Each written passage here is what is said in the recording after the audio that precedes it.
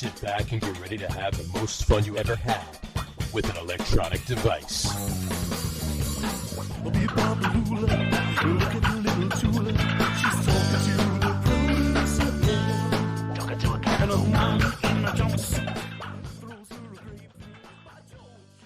All right, buddy, welcome out to the Log Room Guys. It's not the Log Room Guys. That's tomorrow. That's last night was the Log Room Guys. This, however, is the Get On With It Sports Podcast. It's a little joke there. Ha, ha, ha.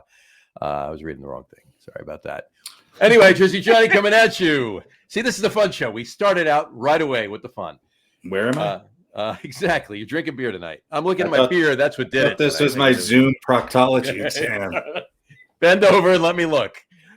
Why can't it be both? You don't look like my doctor. I am. It's the camera does weird things to the face. I didn't know Martin Brodeur was my doctor. Anyway, Jersey Johnny here, Harry and Pete right there. How you guys doing tonight? Better than you. Apparently. At least I know what show this is. I don't know. And I've done so many friggin' we just did a live beer cast the other night. We're doing another live beer cast from on Saturday, this coming Saturday, because this coming Saturday is National Lager Day. So we have to do a live feed, right? And then of course the real one last night. So, and I'm looking at a beer right here. So it's just been a nutty mess. So You got beer on the brain. beer on the I'm thinking about too much beer. So I'm probably drinking a little too much too. So, but it is the holiday season, right? So how are you on this fine? Our first show of December, the last month of 2022 this year. Always. It's always the last month of the year. December, isn't that funny how December is always the last month of every year? Always falls on a Sunday. Yes, it does. It does. How are you? How are you two this holiday season thus far? Fine. Yeah. What is About the the date same as today? every year. It's the 7th, December 7th. I'm fine. What is the date today? That tells you all you need to know. How long have we been doing this podcast? Is this year number 2? We're in year number 3 right now. Three. We're in year number 3. Yeah. All right. We're approaching 2.5 years of podcasts. This is show 113. Wow. And Really? that doesn't include the special shows. It doesn't include the Super Bowl shows, the special Yankees and Mets and Giants and Jets shows we do. And Pete's underwater world of belly dancing. under ruse belly dancing. Underwater and under ruse. There you go. He put on a dive watch and a snorkel for that one. Exactly. So Yeah, that was a big money day. Oh, It yeah. was. Yeah. Well, I'm wearing Devils tonight, obviously, and I'm going to be drinking a Kolsch from Tom's River Brewing, which is right near me in Tom's River, obviously, and it's wrong way. Oh, Devil's Brew. So nice. hockey related, it's when these breweries, they'll color a can to be a team, and they'll do something. And for they have it, to and get it's- it. Now, is this some sort of official affiliation or no? Not Do at all. they have to get permission no. from the Devils? They didn't say it's New Jersey Devil's Brew, and they didn't put This the is logo Devil's on the can. They just made the can red, black, and white, and they called it Devil's Brew. So yeah, they did not need to get any permission for it. So they just did it, and hoping that can spark some sales and They stuff have a like that. picture And of it Chico has. Resch on the can. On the bottom of the can. On the bottom of the can Bottom is of a the can picture is of Chico Chico Resch's left heel, actually. That's And it's signed by him, so it's verified that it is his. So. Chico Resch's. Well, it's weird though, because it's called IPA. Tom's River Devil's Brew, right? But it's called Stick Toss Kolsch. So which is it? Is it Devil's Brew or is it Stick Toss Kolsch? Is I think Devil's it's Brew the Stick Toss brewery? Kolsch, which Um, is the Devil's the Brew. Devil's Brew, right? I got you. And the official dance of Nova Scotia. It is. Nova Scotia, they always do the stick toss dance, right? Stick Toss Kolsch. There you go. Sure. Cheers. There we go. There you Cheers. go. All I right. have some water. What do you have, Harry? I'm trying to just snorted some cocaine a minute ago. Coca-Cola, you mean? No cocaine. All right. Just fine water, I tell you. All right. Wouldn't touch the Coca-Cola. Delicious Long Island water. At least the cocaine is natural, right? From the Long Island Sound. Yeah. There you go. So, all right. We got some fun stuff for the fun show tonight. Should we start off with just a quickie? What do you think? We should start. Yeah, have we started? Actually, before we get to just a quickie, I got a couple of quick memes.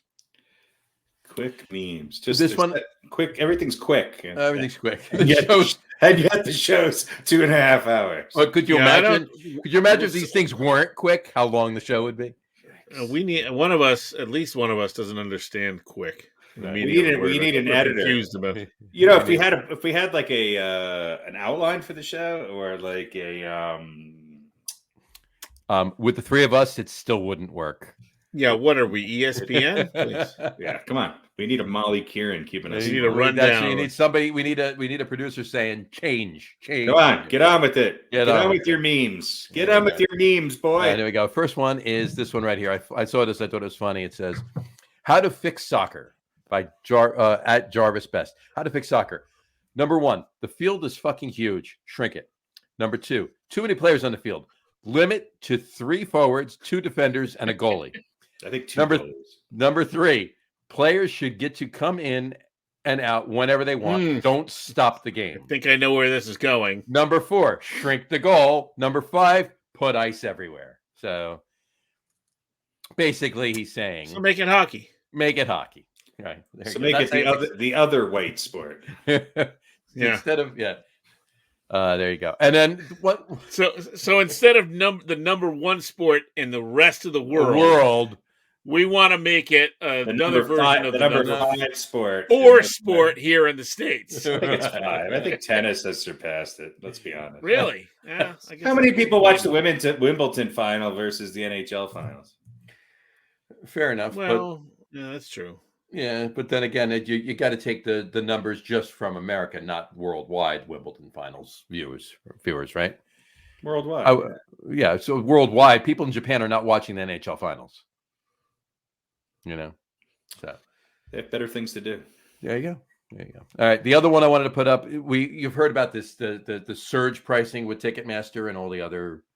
The what is it? Taylor Swift concert tickets were $30,000 or something like that. It was Taylor Dane. Taylor Dane, yeah, right. Taylor Ham, actually. Yeah. But imagine Taylor Ham cost $30,000. Anyway, imagine if Taylor Dane was on ticket. But it's this meme. This meme struck me as funny because it's true, right? I mean, the man behind the Taylor Swift Ticketmaster fiasco, right there. Damone. Actually, you know what? Ticketmaster was around back then. Tickets in no time. But with Damone, this is the guy we got our tickets from back in the day. Right. So you had a 50-50 chance that they were real. Right. And it wasn't that much, a little bit of a bump on the tickets, boom. And then he, but you could get in with fake tickets back then. They didn't have the sophisticated. Until somebody showed up and you were already in their seat and you had the same tickets as them. And no, then you just had to walk around the yours venue. Had both teams spelled wrong. Right. Exactly. So anyway, all right, let's get on with it as we say. Let's do just a quickie. Let's hope so. All right, here we go. Just a quickie. All right, true or false? True. All right, fair enough. False. Done. That was so quick. All right. Excellent. All right. A new record is set. All right. Start with Pete. True or false? The Giants will make the playoffs.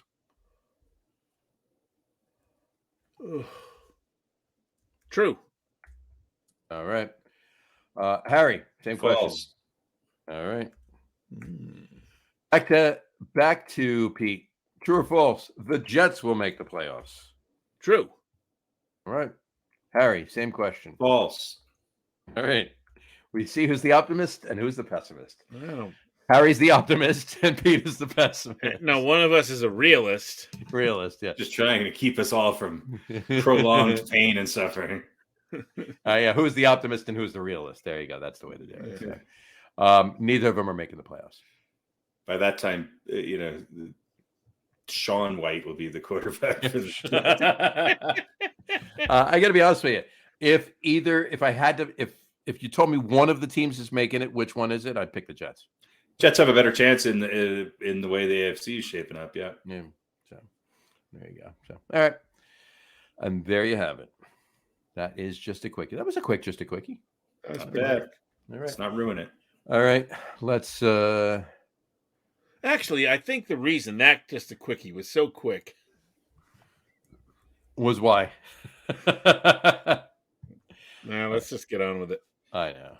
Let's just get on with it. All right. Quiz. Oh God. No, not that quiz. Different. True. Quiz. First quiz. Oh, true. This is the quiz where I can't be right or wrong. Exactly. It's just opinion on this one. The opinion quiz. The opinion quiz. Here we go. All right, Tonight's I got my pen and paper. Top New York Giants defensive players. We went all the way back to the 60s with Jets and Giants offensive. Now we're going to go back up and we're going to start defensive.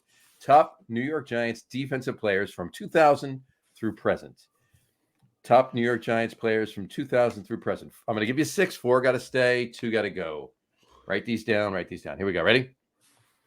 We're going to kick it off with Radio Pete's favorite defensive player on the Giants in that time frame, Michael Strahan. I'm crossing his name off. Michael Strahan. All right. Justin Tuck. Strahan. Okay. O.C. Umenyiora. O.C. Umenyiora. All right. JPP. Jason Pierre-Paul. JPP. Antonio Pierce. Antonio Pierce. And Matthias Kiwanuka. Matthias Kiwanuka. Mm-hmm. And, yeah, I mean, Matthias Kiwanuka and Jason Pierre-Paul are the only ones that actually get us into the 2010 through present. I think everything else is pre-2010. Pre-2010. So Michael Strahan, Justin Tuck, O.C. Umenyiora, Jason Pierre-Paul, Antonio Pierce, and Matthias Kiwanuka. All right, start off with Pete. Who are you keeping? Who are you getting rid of? All right, Strahan's out, as you well know. And JPP's pretty good, even with fingers missing. I think Kiwanuka's going to... Still playing? Still playing, right? It's on Tampa. Yeah, Tampa? Mm-hmm. I think Kiwanuka's going to be good. I'm going to say Antonio Pierce. So I don't know much about him, so he's gone. I think he might be the all-time Giants leading tackler. Yeah, what does that really mean? Guys ran at him and he fell on top of him. That's all. That's all that happened. So you're keeping Justin Tuck, O.C. Umenyiora, Jason Pierre-Paul, and Matthias Kiwanuka. Yeah. You're getting rid of Strahan and Pierce. All right. Harry, your picks.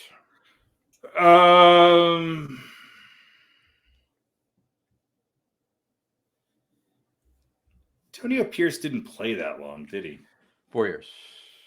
4 years for the 5 years. 5 years. 5 years. Played for the Redskins that before. Redskins for 4 years and the Giants for 5, and then he was done.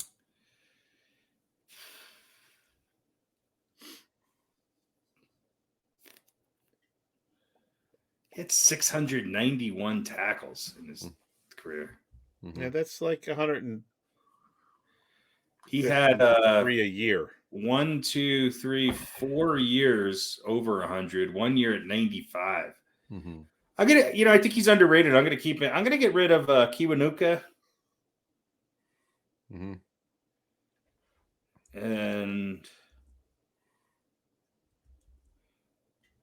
And Justin Tuck. Really? It's hard. It's hard, I know. I know. They're all about the same. OC, JPP, Tuck. I don't know. I don't know. I thought Tuck was a little overrated. All right. So you're keeping Strahan, Umenyiora, Pierre-Paul, and Pierce. Yeah. You're getting rid of Tuck and Kiwanuka. Yeah. All right. Yeah, this is difficult. To be quite honest with you, with this list, there are no rights or wrongs because no matter who you keep, is an argument to keep them. Yeah, and so, I could be swayed with Tuck. I mean, he was on both of the current Super Bowl championships, right? Mm-hmm. Strahan was only on one. OC was only on one, right? OC was only on one, yes. JPP was on one. The second one. Yeah. Pierce was only on one. And Kiwanuka wasn't on any of them. Kiwanuka was on the second one as well. Was he? Okay. Tuck is the only one on this list that was on both of them. I don't know. I think it's tough between Tuck, OC, and JPP. Mm-hmm. Gotcha. I don't know. And yeah, I kind of feel the same way. So yeah, like I said, there's no right or wrong to this. This one, there's I didn't throw a player in there that's obviously a giveaway kind of thing. Any four of these six you pick, are fine. Giants have had some good defensive ends over the years, that's for sure. I mean, keep in mind, like I said, this list really only goes up to like 2012. Yeah, well, in the last 10 years, who has there been? Right. I mean, you had a couple of flashes in the pan here and there with a couple of players, Snacks, Olivier Vernon for a few games even. Well, Blake Martinez was a linebacker. But he got hurt. And then all of a sudden, he goes from being defensive captain to not even having a roster spot. Right. So I don't even think he's playing, is he? He's not. It's crazy. Yeah. So there's been, maybe that changes, obviously going forward with, there's not even obviously any, backs in this. I could have put Antrell Roll in here. All right, let's get on with it. We don't need to rehash Corey the Webster. entire Giants defense from 2000 to 2020. There are no Joe Kleckos. No Joe Kleckos. There you go. We'll see how you feel 2 weeks from now when we do top Jets players from 2000 to present. Stray hands off that list too. There's 6 of them. We'll find 6 of them. There you go. As long as we can find a way to get Sauce in there. I'm sure Mo Lewis will be one. Mo Lewis was pretty good. Mo Lewis is the reason that Tom Brady had a career. Yeah. So, he had to hit Bledsoe that hard. Unbelievable. Anyway. All right. Cool. All right. It is time for your favorite part of the show. The NFL History Rapid Fire Quiz. Yes. It is your favorite part of the show, is it not? It is. It is. Because I'm really, the rest of the week, I'm so spectacular that I need something to, bring you down to earth a little bit. Yeah. I need like a really, really big failure. And every time we do this, it's a really big failure. There you go. So it keeps me, even and modest. This is true. All right. So we got our music going. Let's kick it off. All right. Tonight's NFL Rapid Fire Quiz, NFL History Rapid Fire Quiz. It's gonna we changed it up a little bit. We did this from time to time. This one is going to be Jets questions for Pete, Giants questions for Harry. A little bit different. Last week it was a 6-1, or last week, 2 weeks ago, it was a 6-1 win for Harry. Pete came close 2 weeks before that. Very close. So will this be the week he actually goes over the top? Let's see. 6-2 before that. It'll be 6-2, right? There you go. He came closer. All right, Pete. Let's kick it off with you. Here we go. You ready? Okay. All right. How many points? Excuse me. How many points were the Dolphins winning by at the start of the fourth quarter in the Miracle at the Meadowlands game?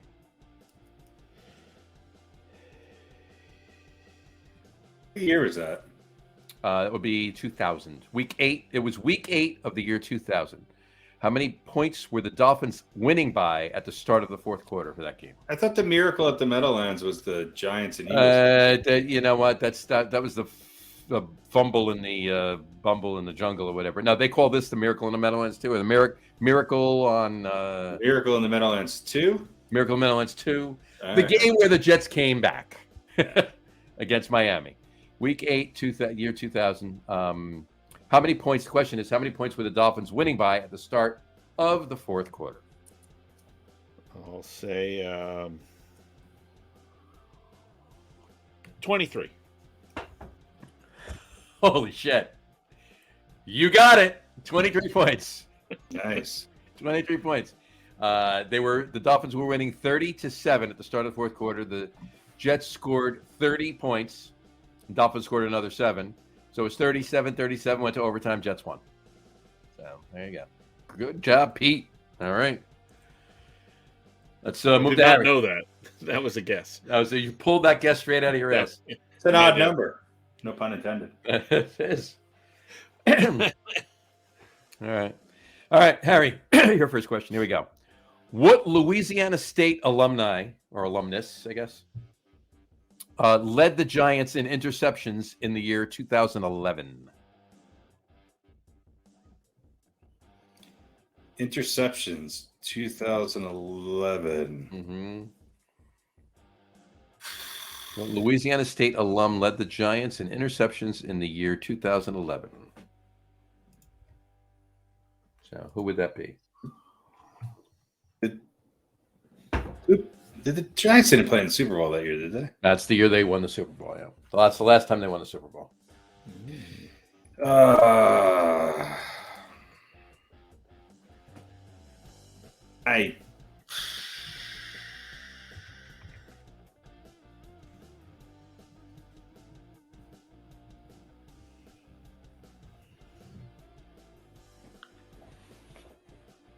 I don't know. I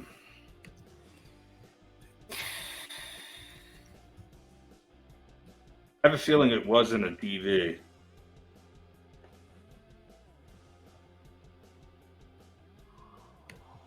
And I have a feeling it wasn't that many.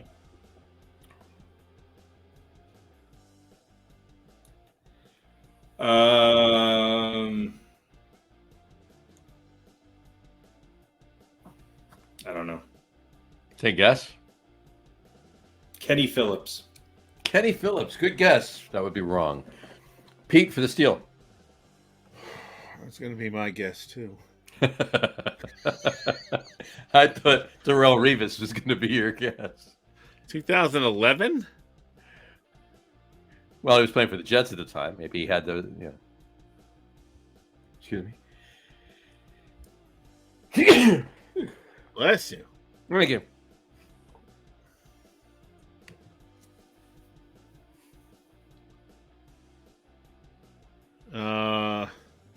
What do you think? What do you think? I have no idea who played for the Giants in 2011. Ed Smartavan. Ed Smartavan. And it wasn't Sally McFurtherford either. Antoine Roll? It was not Antoine Roll, although he was on the team. It was Corey Webster. Corey Webster. I never would have got that. Corey Webster. All How many did he have? 6 or 6 or 7, yeah. He had a pretty good year that year. It was a good year, yeah. All right, back to Pete. I don't remember him though. Corey Webster was a good DB.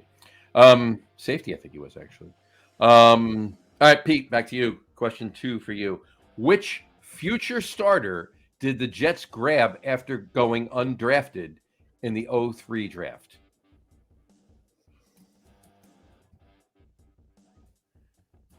Which future starter did the Jets grab after going undrafted in the 2003 draft?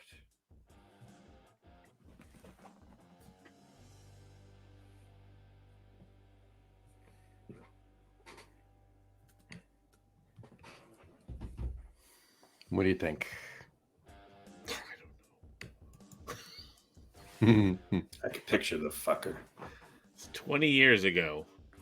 That would be correct.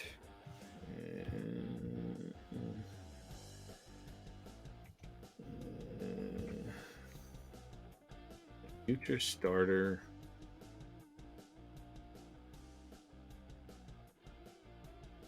Went undrafted. Went undrafted, and they grabbed him after the draft, obviously, because he went undrafted in the 2003 draft. Future starter.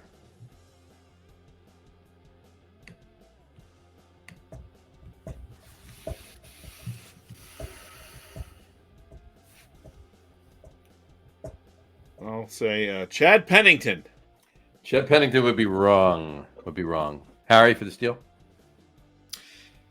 He was like the Julius Edelman of the Jets. Oh, okay. Corbett. Wayne Corbett. Yes. That would be wrong. There you go. Okay. Well, it's not Wayne Corbett.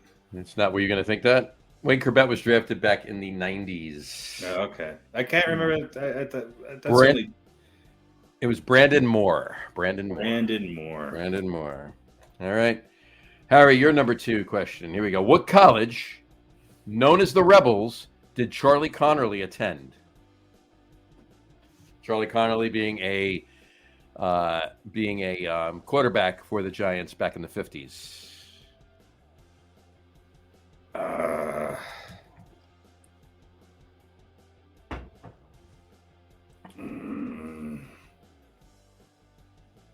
It's not the Running Rebels. I don't even know if Mississippi. That would be correct. Mississippi Rebels. There you go. All right. After 2 questions, we have a tie. Moving on to question number 3 for Pete. Here we go. Ready? You ready, Pete? Oh, yeah. You ready? Here we go. Hey, it's Hell. I'm ready. How many quarterbacks did the Jets use during the 2005 NFL season? How many different quarterbacks did the Jets use during the 2005 NFL season?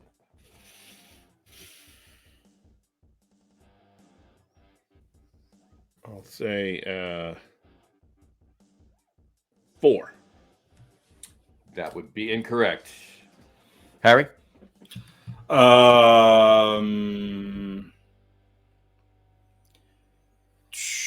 How many did they use? It's like that actually started? Yep. How many different quarterbacks did the Jets use during the NFL season? Well, I mean, I guess they didn't have to start necessarily. 5. 5 would be correct. Did you know that or just pull that out of your ass? I just figured that would be the next logical guess. Gotcha. All right. I could have probably named 2 of them, I think. Could have named 2 of them. I could probably only name 2 of them. Oh, yeah. No, I know. Was that the year that Testaverde was still on the Jets? No.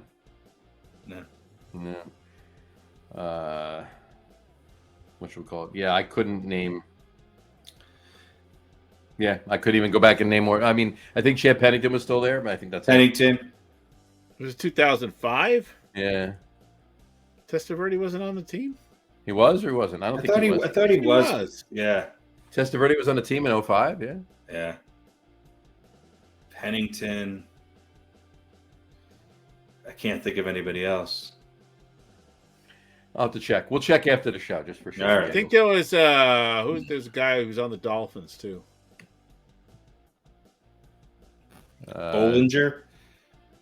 Isn't he one of the Cody Bollinger? I forget. No. We'll look after this. We'll look after it. So there we go. All right, so it's 5 anyway. All right, Harry, your question. Which ACC school did Tiki Barber attend with his brother Rondé? I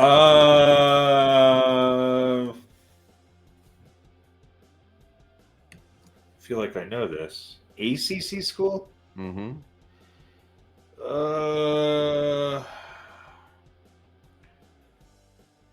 I know this because I know somebody who went there. I think it's Virginia. It is Virginia. Very good. Mm-hmm. All right, Pete, your 4th question. Here we go. Eric Mangini became the youngest head coach in the NFL when the Jets hired him on January 17th, 2006. How old was he? Really? I didn't know he was the youngest. Well, Sean McVay's been the youngest since. But then, at that time, Eric Mangini became the youngest head coach in the NFL when the Jets hired him on January 17th, 2006. How old was he? I'll say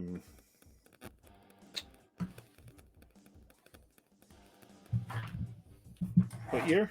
2006? 06. I'll say 28. 28. No. Close, but not correct. Harry? Oh,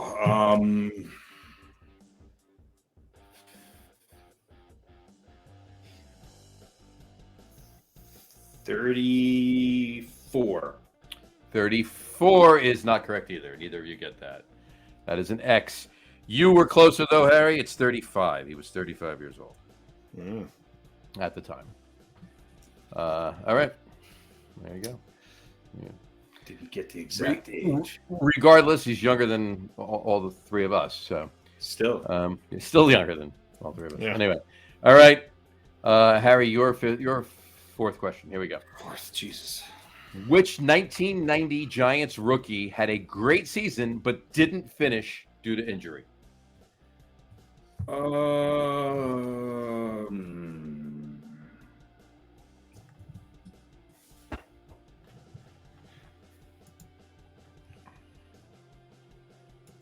Was it Rodney Hampton? It was Rodney Hampton. Yes. There you go. All right. Pete, your fifth question. The 2007 Jets draft class was the smallest draft class ever. How many players did the Jets take that year? This has to be a trick question. The smallest ever for the Jets or for everybody ever? Probably everybody, but I know that it's definitely the Jets. So, but it was the smallest. 2007 Jets draft class was the smallest ever. How many players did they take? How many rounds are there in the draft? 7. There's only 7? Yep. Really? 7 rounds, right? Yeah. Yeah, rounds 1 is on the first night, 2 and 3 are the second night, and 4, 5, 6, and 7 are day 3. There used to be, back in the day, like 40, 50 years ago, there used to be like 14 rounds or 18 rounds, but there was only 12 teams then. You know? Yeah. So it's really only a couple hundred guys that get drafted. Yeah. 32 times 7, plus there's compensatory picks, and you know, there's extra third, fourth, and fifth rounders, I believe. Right. I'll say 2. 2 would be wrong. Harry? How many rounds were there? 7. 4. Maybe Harry should go first on your guesses, Pete. I think he should have Jets questions and I should have Giants questions. That might not be a bad idea, actually. I'm only getting the Jets questions right now. It was lucky guessing. That's correct. 4. That was 4. All right. All right, Harry, back to you. Your fifth question. What coaching position did Tom Coughlin hold under Bill Parcells with the Giants? Tom Coughlin was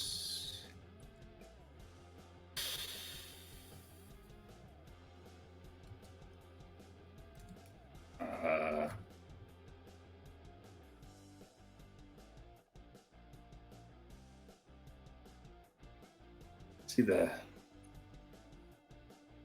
don't know.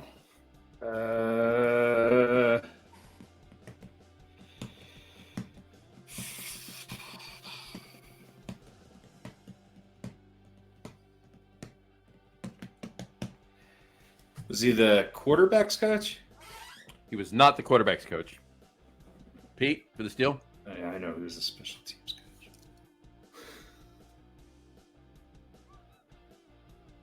I guess I have to say special teams coach. No, why did you do it? He's led you down that path. I don't know. All right, you want my real guess? I would say defensive backs. All right. No, he was an offensive coach. Wide receivers. He was the wide receivers coach. I was close with the fucking quarterback. I knew it was one of By those the way, useless coaches. the 5 Jets quarterbacks in 2005 were Chad, Vinny, Brooks Bollinger, Bollinger, that's what I was thinking of. Jay Fiedler. Yep. Wow. And the one probably none of us would have gotten was Cliff Kingsbury. What a great name. But doesn't that sound like a golfer from the 60s? No, it sounds like a fifth string quarterback for the Jets. It sounds like the head coach of the Arizona Cardinals. Yes. Yeah. He did not start. Played in one game, but did not start. Fiedler did not start either. Jay Fiedler, Bollinger started 9 games that season. Didn't Fiedler go to the Redskins or something like that? Maybe. So with Vinny Testaverde and Chad Pennington on the team, Bollinger started 9 of 16 games. Testaverde started 4. Pennington started 3. And then I assume got hurt because he played in 3. Testaverde played in 6 and started 4. Kingsbury was in 1 game. Fiedler was in 2. And Bollinger was in 11 games and started 9. Wow. Well, there you go. The 200th pick in the 2003 draft. There you go. All right. Is that the end of the quiz? No, one more question each. Here we go. Oh, boy. Back to Pete. Here we go. The Jets had 41 sacks as a team in 2008. Where did that rank them as in terms of sacks in the AFC? How many? 41. A lot.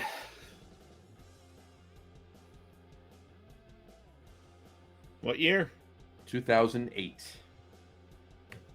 Oh, 2008. That's pretty good, no? I'll say number 1. You would be correct. They were first in the AFC with sacks. So there you go. And Harry's last question. Mm-hmm. All right. Here we go. Which military school did wide receiver Phil McConkey attend? Oh, he probably went to...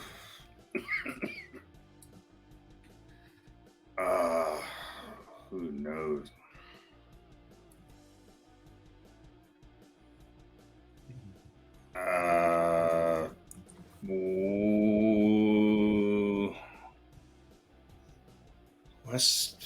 I'm going to say he went to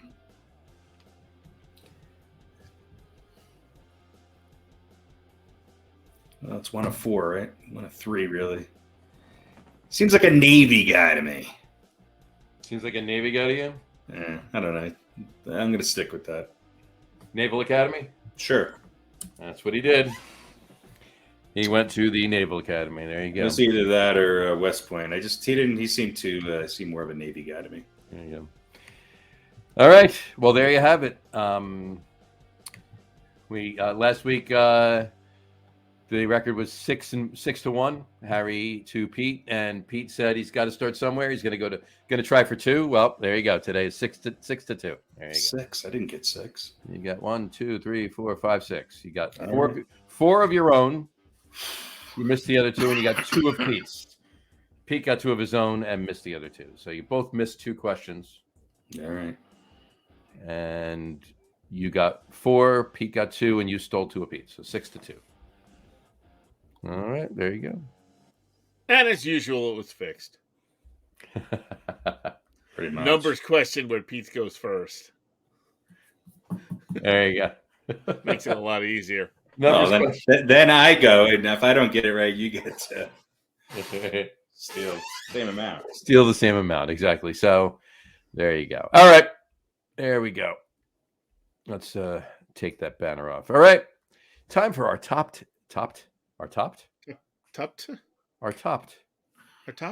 What's our topped? Where's my did I do it? There it is. Okay. Time for our top 10 list. Our top 10 list. Earlier you thought you were doing a different podcast. I thought it was topped. Exactly. So top 10 list this week. 2 weeks ago we did top 10 sitcoms from the 70s. We are going to bring it up to the 80s. Top 10 sitcoms from the 1980s. Top 10 sitcoms from the 1980s. We should be playing it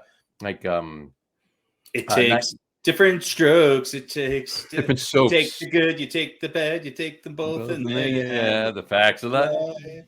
There you go. Remember the show Hello, Larry? Hello, Larry. Hello, Newman. Hello, Larry. Yeah, that was McLean Stevenson vehicle after MASH. McLean Stevenson vehicle. Wow, you are talking like you're a radio host from 1937. Exactly. Well, Do you remember? It's what I aims to be. You're too young to be using the phrase McLean Stevenson vehicle. Pretty much. Do you guys remember the Saturday Night Live skit with John Belushi as Fred, whatever his name was, the head of the network, who was trying to wanted to put McLean Stevenson in every show, every new show that people would come in and pitch, and he would go, "No, I don't remember that." Fred Tarkenton. Fred, yeah. Fred, no, not Tarkenton. Tartikoff? Brandon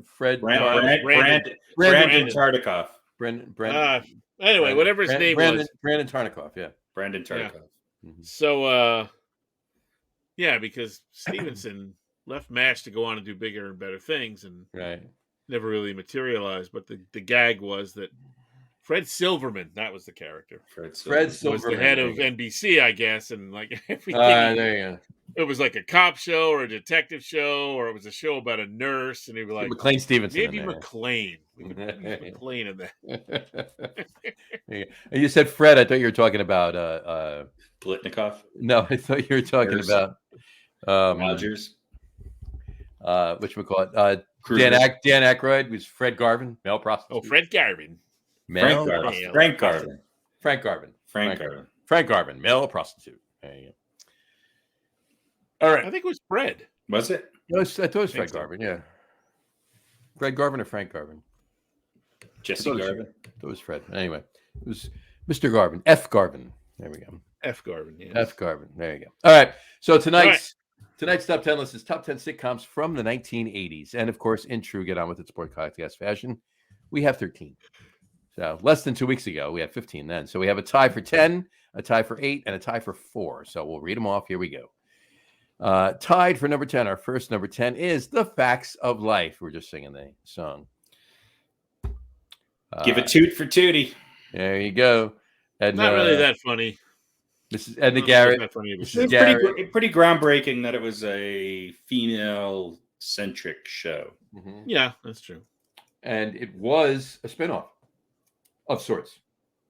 That's right. It was a vehicle for McLean Stevenson. For McLean Stevenson, right? Who was originally Charlotte Ray vehicle. McLean Stevenson it was a Charlotte Ray vehicle. Yeah, absolutely. McLean Stevenson was originally going to be Tootie. I would have loved to have seen McLean Stevenson playing Tootie. That would have been great. He was good. They just couldn't come to terms on the, There you go. He wanted too much money. That's right. All right, number 9. And who directed who directed Facts of Life? Oh, definitely Scorsese. It was Akira Kurosawa. No. It was Assad. It was Assad Kallada. That's what it was. Fred Garvin. Fred Garvin, male prostitute. There you go. Also tied for number 10 is Mama's Family. Mama's Family. There you go. This one is all got Pete written all over it. Oh yeah.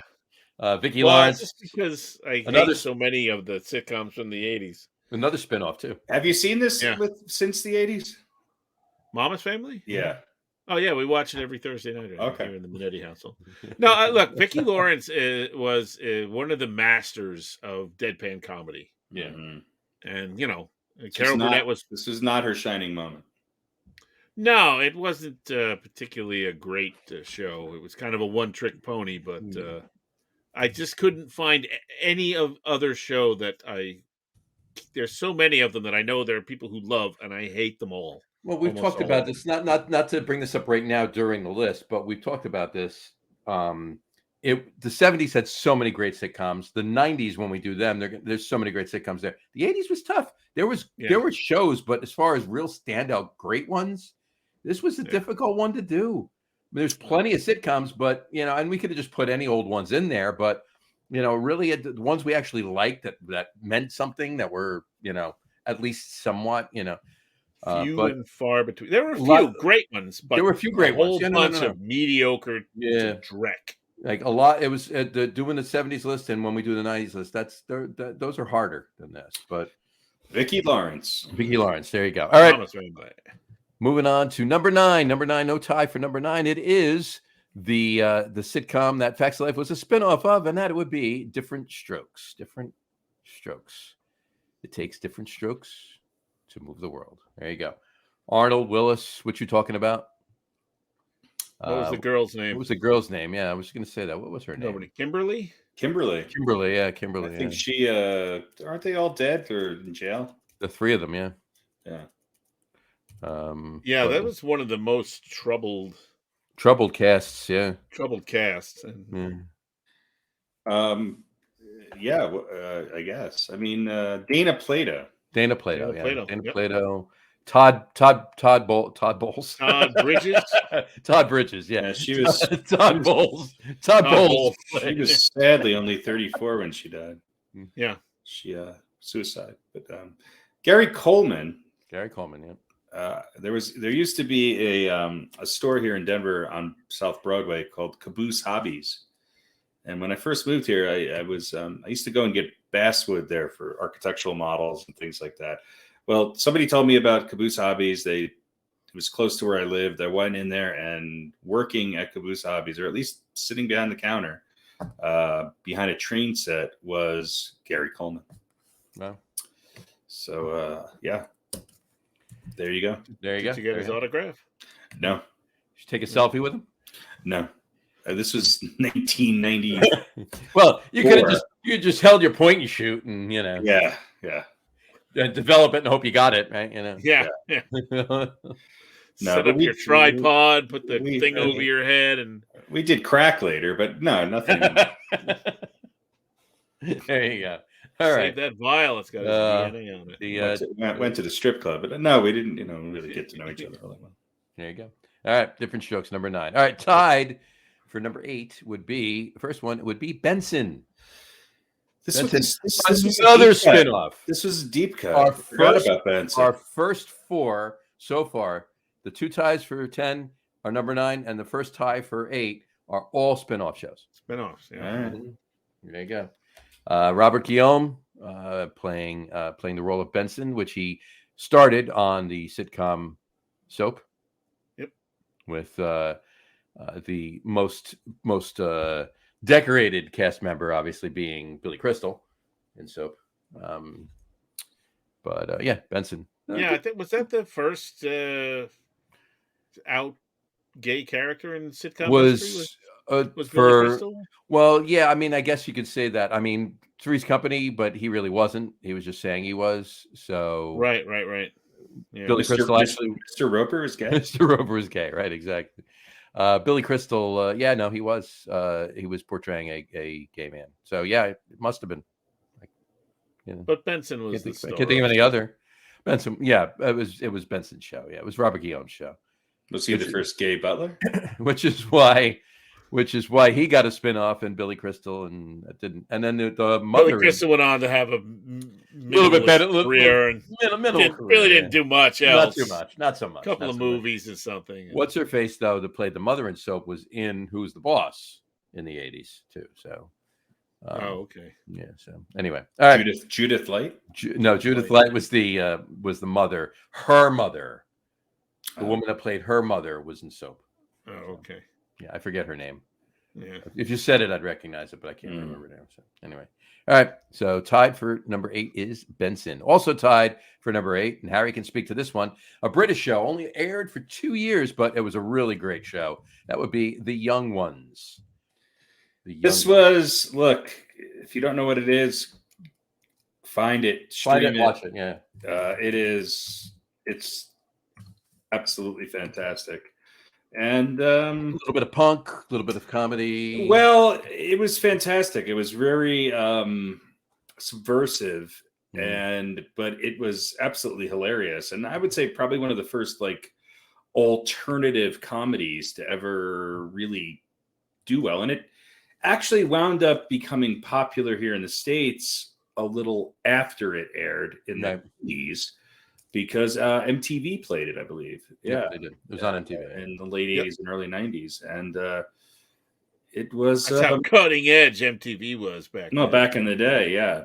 Back in the day, No younger people realize that MTV Yeah. music television actually used to have nothing but music at one point. And British sitcoms. And British sitcoms, right? Adrian Edmondson, Rick Mayall, Christopher Ryan, Nigel Planer. I mean, they all went on to do pretty amazing things. And, British comedy is not for everyone. It is for me. And this was absolutely fantastic. In fact, there's a great episode where Lemmy is in it. So there you go. Pretty damn good. Other than Absolutely Fabulous, this and Absolutely Fabulous rank up there as my two favorite British sitcoms of all time. No, but there's one British show that beats both of them for me. Benny Hill. Benny Hill, absolutely. So. I guess this was. Well, it's a variety show. You can't really call it. It was on in prime time, right? On the BBC. Yep. Yeah. Mm-hmm. So, yeah. I mean, because I remember when I was a kid watching a lot of British comedy, like late night. Oh yeah. Friday, Saturday night. Yeah, like the Kenny Everett video show, and they syndicated a lot of BBC. They syndicated a lot of BBC over to the States. The two Ronnies later at night. And then things like Faulty Towers and Monty Python and all that. But sure, that stuff was never on in prime time here in the States. At least not that I recall. Yeah, I mean, it was alternative, and it had kind of interesting cutaways and non sequiturs, and it was really, really interesting, and it was kind of like The Odd Couple, but four of them living together, right? And they all sort of represented the cool guy, the pessimistic hippie. There was always like some sort of weird contradiction. Yeah, you had the punker, the sensitive punk, or and the odd quad. Yeah, and it had great music, and write that down. We got to use that. It's just funny. It's just funny, and they had bands that sometimes were on there. It's fantastic. There's not that many, like Pete said, there's not that many episodes. It's definitely worth watching. There you go. All right. Tied for number 8 as well, The Young Ones. Moving on to number 7 would be Alf. I forgot about Alf. Alf, yeah. Alf stands for alien life form, of course. And what was his name? What was his actual, the puppet Alf, right? He had an actual name. Do you remember what his actual name was? Fred. Fred Garvin, male prostitute. There you go. Fred Garvin, alien life form. His name was Gordon Shumway. Do you want to know something? And I could be wrong with this. What's that? I don't think I've ever seen Alf. No? Now I've seen. I know who Alf is, but I've never seen the show. There you go. No, me neither. Yeah, it was a funny show. Willie was the father. Lucky was the cat. It was a good show. So watch it. It's cute. All right. It's not. Is it better than The Young Ones? Probably not. But it's good. It's captivating. You can watch it. It's not captivating, but you won't want to turn it off if you're watching an episode. You might not watch a second one right away, but you'll watch the whole one you're watching, right? If you watch it. So it's a cute show, and it's funny, has its moments. So number 7, Alf. There we go. All right. Jumping to number 6. Number 6 is going to be Family Ties. Family Ties. What can we say about that? Michael J. Fox, his first foray before the movie fame, obviously. His mom was an architect who used the T-square on a round table. Yeah. Okay. This show is a good example of groundbreaking. Have you ever tried doing that? No. No, this show is a good example of really almost an entire cast that had really good comedic chops. Mm-hmm. They knew how to deliver the joke, the look, I don't know if it was really that hilarious a show. It was a little bit more refined than a lot of other sitcoms. It was definitely refined. And it always had a message but there was comedy woven throughout the message. Yeah. Yeah. A very special Family Ties. Very It's kind special of a Ties. drum. They did that a lot back in the day. A very special Family Ties. In other words, there was a very big message that we. You mean it was either going to be something sexual or drug related? Yeah. Right. Exactly. Michael J. Fox gets addicted to uppers while trying to study for the SATs. Exactly. And Michael J. Fox obviously met his future wife on the show. He married his sister, right? No. He was dating what's her name, Tracy Pollard. Yeah, Tracy Pollard. But that wasn't his last girlfriend. His last girlfriend on the show was actually Courtney Cox. Oh, okay. There you go. So anyway, Number number 6, that Springsteen video. She was in that Springsteen, but I don't know what she did after that. Yeah, I don't know. Not much. One show. Yeah, something like that. One show and a couple One of movies show, about yeah. yelling or something. Something like that. I don't know. Anyway, all right. Number 6, Family Ties. Number 5, it's Gary Shandling's show. This was a funny show. Not as good as the Larry Sanders Show, but it was fucking great. And it Mhm. was also taking the piss out of sitcoms. Yeah. This was a bizarre show to make it on the air. It was. It was. And it was really funny. And there was a lot of guest stars. It was kind of a precursor to what he did with the Larry Sanders Show, but it's good to watch. There's not that many of them. It's really good. So was it 4 seasons? I think. Maybe. I think it's 4 seasons. I think Maybe even less, but yeah. But it might not have been a whole 4, but yeah. Larry Sanders was good, but this was. I mean, Gary Shandling's one of the comic geniuses of our time that no one knows. Right. He was that good. The Larry Sanders Show is maybe, to me, it's maybe the best. It would rank up there in my top 5. It's that good. Yeah. All right. There you go. The show within the show. The show within the show. There you go. All right. So number 5, it's Gary Shandling's show. All right. Tied for number 4. We got a tie at 4. It's the last tie of the evening. Tied for number 4. The first tie is The Golden Girls. The Golden Girls. This is one that I know a lot of people love, and I really like the stars of the show. They all have chops, but I just never whatever.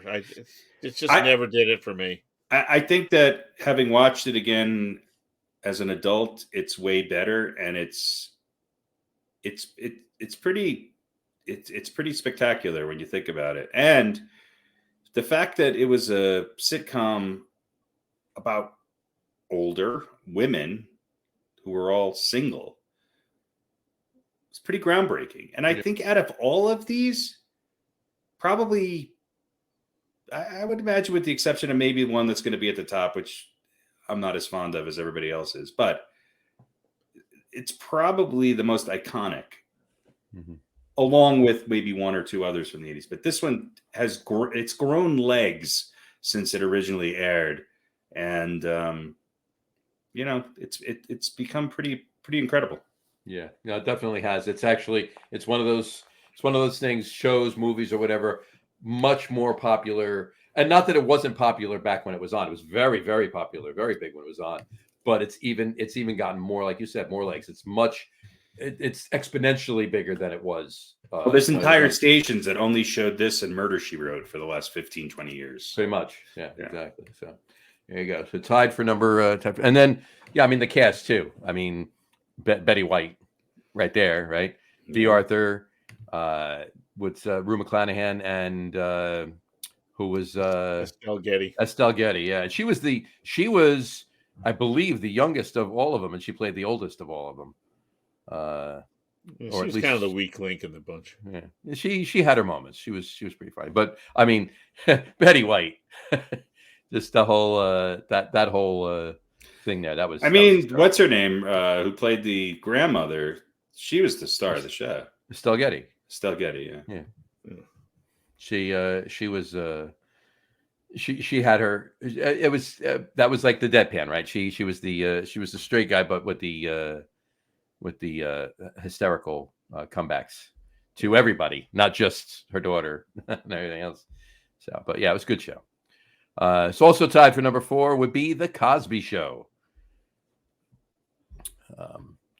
Which we can't talk about now. Which Bill Cosby turns out was a total scumbag. Which we're not allowed to talk about. Which you kind of knew from watching this show.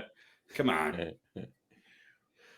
I mean, look, this show was a great show. It was funny. The characters were funny. It was huge. You know, whatever. Turns out he was, whatever. You always remember drugging and raping women, right? But, Felicia Ann had played his wife on the show. She got married to Ahmad Rashad during production of the show. You know, while she was doing the show. So she was Felicia Rashad. She started 4 games for the Vikings. She did that year, absolutely. Yeah. And 1 game for the Jets in 2005. That's right. She was the 6th quarterback. She was the 6th quarterback that year. 2008. Exactly. So, anyway, this is a funny show. Bill Cosby was a funny guy, and it was a spinoff from Different Strokes, as they all were. Everything was. Every show in the '80s was a spinoff from Different Strokes. A spinoff from Fat Albert. There you go. Pretty much. So, what was his name? Heathcliff Huxtable, right? Yeah. All right. Number 4, the Cosby. That's also tied for number 4. All right, moving to the top 3. Here we go. Number 3, Night Court. Boom, boom. Boom, boom, boom, boom, boom. Good show. John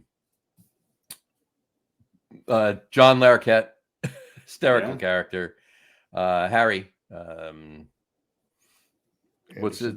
Harry Anderson, played the judge. This was on for quite some time. I think was all of 1980 to 1990 or something like that. It was for almost all of the 80s and just peeked into the 90s. Yeah, good show.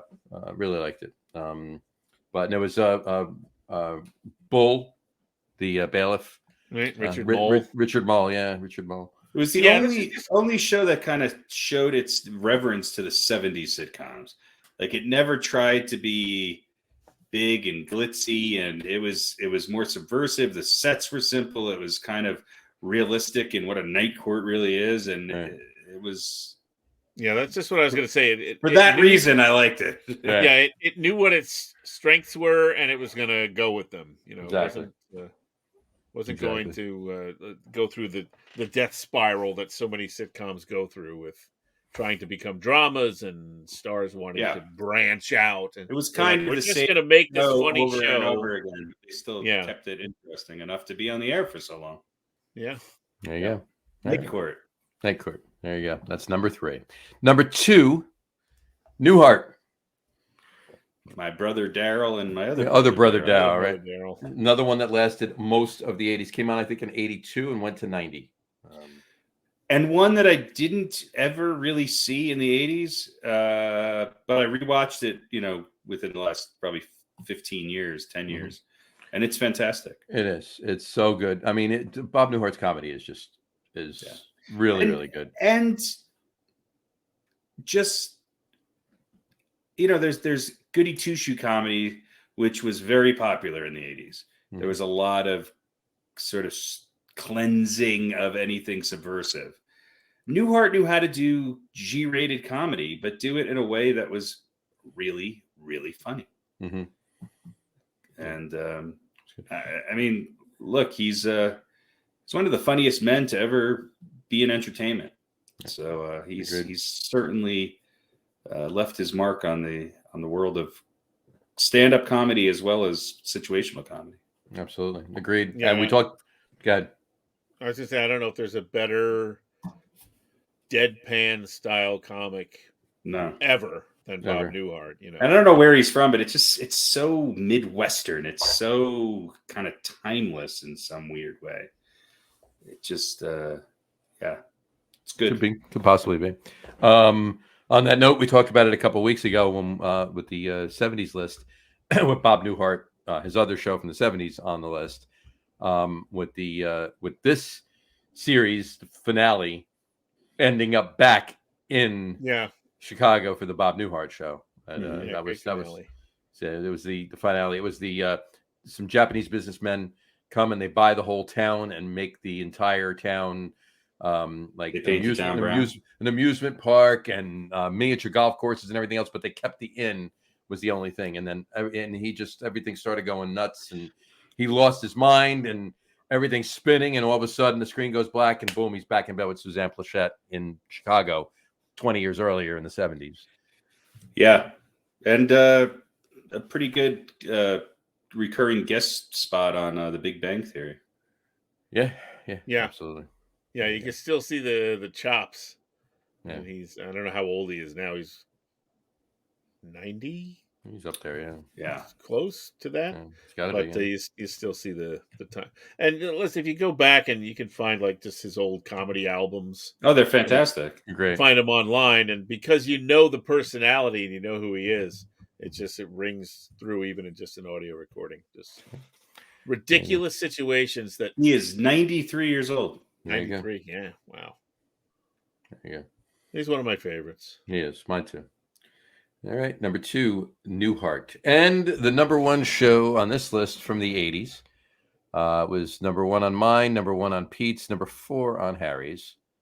But it made it to number 1 with the aggregate score, if you will, and that would be Cheers. And that's how you judge comedy. Folks. And that's how you judge comedy. Aggregate scores. It's like the college football championship scores. Yeah. It's the BCS rankings. Yeah, exactly. BCS rankings. There you go. Cheers. Great show. I loved it. I'll still watch it if it's on. If I'm puttering around and there's an episode of Cheers on, it stays on. I watch it. Loved the episodes with Coach.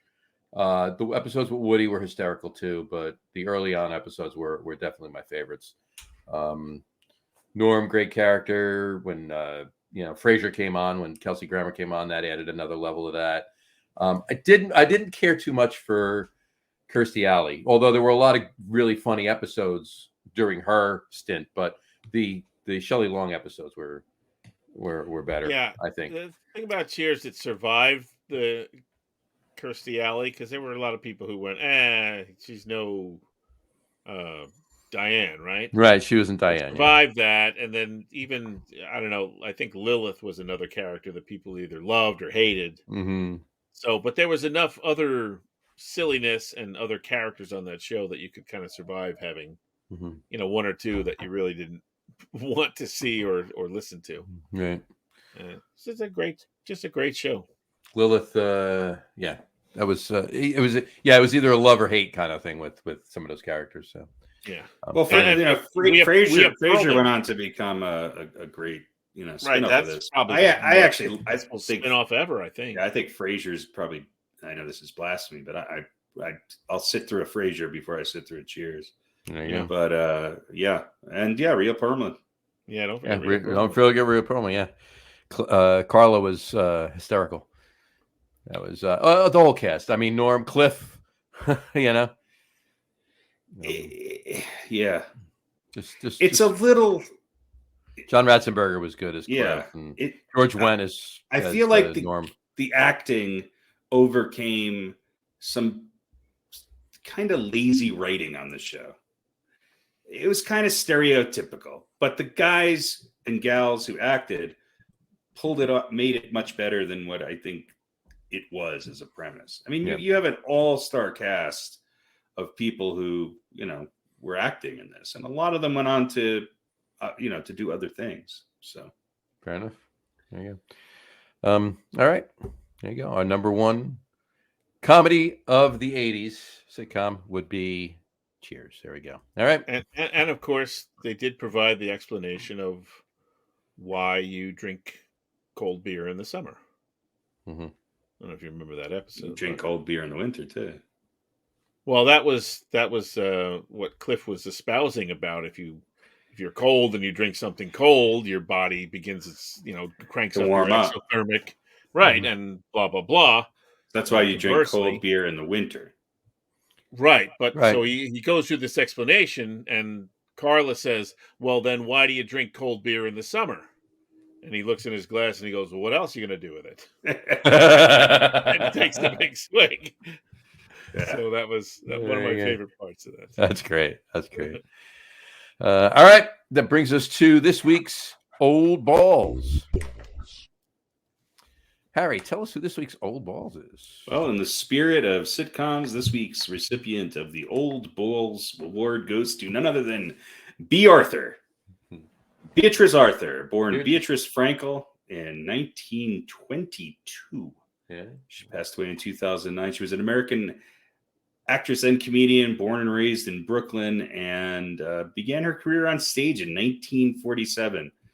She's best known for her work on television beginning in the 70s as Maude on All in the Family, a spin-off show called Maude that aired from 1972 to 1978, and later in the 1980s and 1990s as Dorothy Zwarnak on The Golden Girls.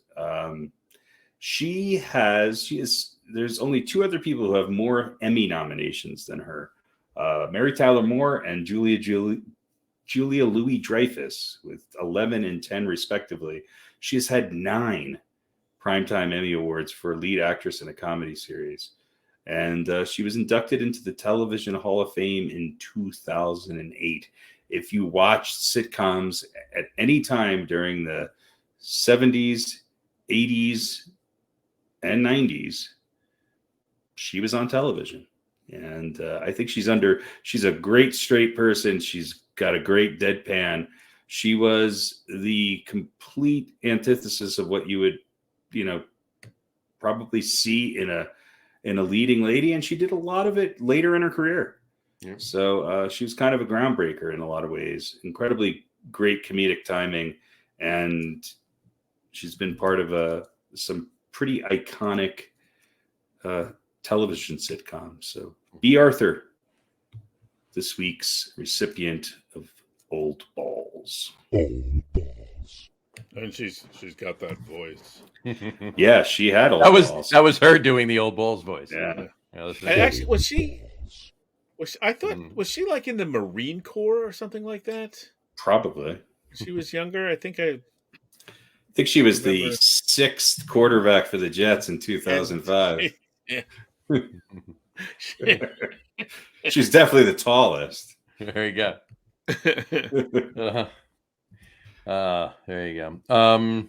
All right, there you go. That's Old Balls for the night. We have another non-sports, just a quickie. Okay. All right. If you promise. No, it's a quick one. I'll throw it up there. Just in the spirit of the holidays. These couple of these just a quickies are, in the spirit of the holidays.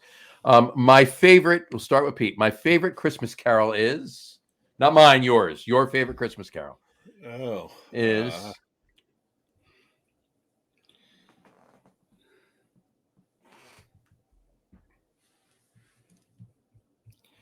you mean like Christmas jingles? Which Christmas one do I jingle, Christmas hate? Carol? Not the one you hate the most, the one you like the most. No, the one I hate the least. Oh, okay, there you go. Yeah, exactly. I'm probably gonna say I'm gonna say the Little Drummer Boy. Little Drummer Boy. I know it's kind of slow and it's a dirge and all that stuff. You like a little dirgy carol. If you really just kind of look at the lyrics, and I'm certainly not a religious person, but it's a pretty kind of a touching story. Sure, absolutely. And there was the version of it that Bing Crosby and David Bowie did. Yeah, that was okay. It was all right. So there you go. All right, Harry, your favorite Christmas carol? Frosty the Snowman. Is that a Christmas carol? No. It is. Yeah. It is. I don't know. I don't like Christmas carols. Well, are we including modern rock songs about? Anything new? Yeah, whatever you want. It can be a new one. Like Reggae Christmas by Brian then Adams. Grandma got run over by a reindeer. Grandma. Interesting. All right. One of the more universally hated songs. There you go. I'll throw mine in there for it's better than "Hark the Herald Angels Sing." There you go. For tradition, that's true. For traditional, memory evoking song for me, it would be "Have Yourself a Merry Little Christmas." But just a fun kind of cute Christmas song, and I know everybody else hates it. I love it. Dominic the Donkey. Dominic, yeah, I knew you were going to say that. What was it? Dominic the Donkey. Dominic the Donkey. Yeah. You know what's actually a good Christmas song What's that? is it 2,000 Miles? Yes. Yes. Pretenders. That's pretty good. That's actually Didn't Frank Sinatra do Jingle Bells? Like really Probably. jazzy. probably. I can Jingle fucking bells. Jingle, Jingle. jingle, jingle bells. Jingle bells. Yeah, that's my Actually, last night I think I was flipping through the channels and the Michael Bublé Christmas special. The Michael Bublé. Yeah. Here you go. Here's you probably can't hear it, can you? Nope. Nope.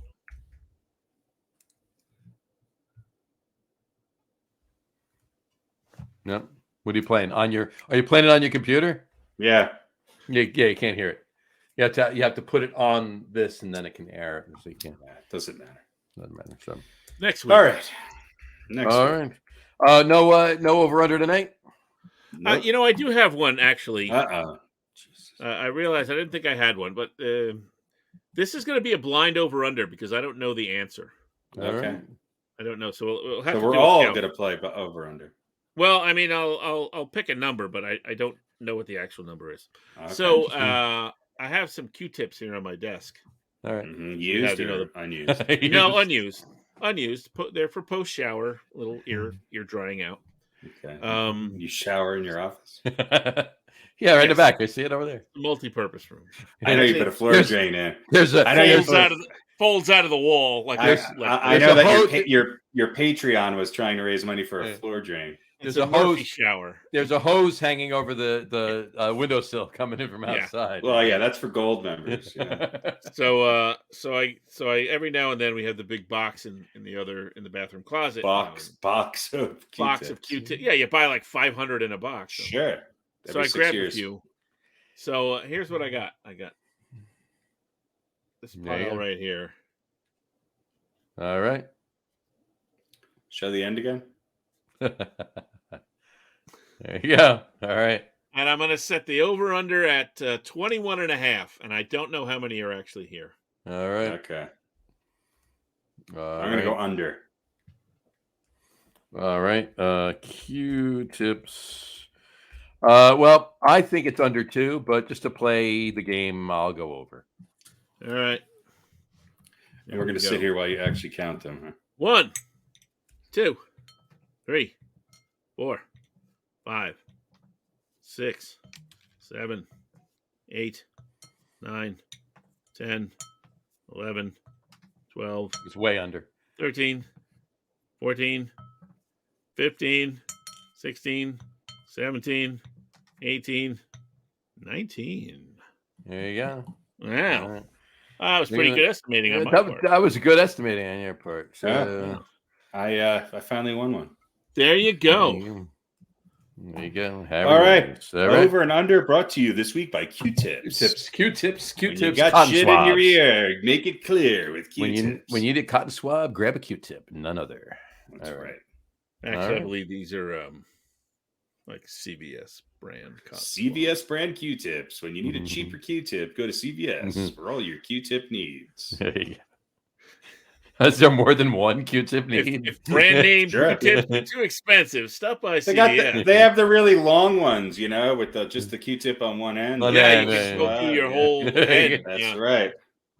And then they have they have a whole bunch of different types. Surprised. They have the baby Q-tips, the little ones. They got yeah, but those are styles. What about needs? Is there more than one Q-tip need? Well, people use them for different things, Yeah. Yeah, maybe. I think some people put on makeup or something with. Yeah, or Vaseline, take makeup off with it or something. I don't know. Pete, do you put your makeup on with a Q-tip? No. Or your Vaseline? Yeah. No, Q-tip doesn't hold enough. Doesn't hold enough Vaseline on it. I need a little larger amount than I can put on. Hey, just use your hand. Just Yeah. Yeah, there you go. They are used to touch up eyeshadow or mascara. They are used to clean the nooks of your computer keyboards and wiping away messy nail polish, to name a few. There you go. What about the crannies And, of your drying computer out your keyboard? ears after a shower. That's right. Mhm. They are used to. Here's 22 uses for the Q-tip: Oh, geez. erase leather scuffs, static be gone, erase permanent marker. Erase permanent marker with a With Q-tip? a Yeah. Q-tip? Well, you put something on the end of it, and then you can use it. Clean your jewelry. Yep. All right. Clean your dog's asshole. No, I have no idea. Rover, bend over. Hang on. Let me get that. Let me get that for you. Eye makeup. You can light a candle with a Q-tip if you don't have a Rover match. sees you going for the Q-tip, and he's out the door. There you go. So, I don't know. right. I only use it in my ears. Yeah, myself included. Here's the question, though. Yes. What was the inventor's purpose that they had in mind when they invented the Q-tip? What did they say? I need something that'll do this. I'm going to invent a mini. You could be a mini fighting baton, right? Mm-hmm. When they fight with the stick, like a little. Yeah, just yeah. So, what was the thing that they invented this to do? That's what I want to know. Or maybe I don't. They were a product that was cotton swabs started as a product to help families care for babies. 1923 by Unilever. Leo Gerstenzog. Yep, created they were called baby. They were originally called baby gays. Okay. Not me. The name baby gays was later discarded, and Q-tips became the identity marker for the cotton swab. So where did they get Q from? Is what I'm curious about. Where did the Q come from? Like it doesn't look like a Q on top, does it? It looks like a ball tip. The Q in Q-tip stands for quality. Quality tips. Quality tip swabs. Q-tip swabs. Right, and makeup artists use them all over and they was actually marketed for makeup artists in Hollywood and things like that. Baby gays. Yeah. Well, there you go. Well, there you go. All right. See, you learn a little something on this show. Forget all that football history stuff. You learn about important things like Q-tips on this show. Exactly. Tonight's show is brought to you by Baby Gaze. Keep your eyes and ears clean with Baby Gaze. There you go. Brought to you by Unilever. Brought to you by Unilever and Leo Gerstenzog. That's right. All right. This nothing. When I think of delicate ear care, I think of German men. He was originally a circus clown, but instead of calling himself Leo the Clown, he called himself Gerstenzog. Austrian Undertaker. There you go. Now he was actually a member of the early on Flying Walendas. One of the 5 Jets quarterbacks used in 2005. Exactly. Of course. All right. On that note, I think we'll wrap it up for today. What do you think, gents? I think you can't really top, the history of Q-tips. No, you really can't. So on that note, we'll wrap it up for today. We want to thank everybody for watching, and those of you just listening to the audio podcast, thanks for listening.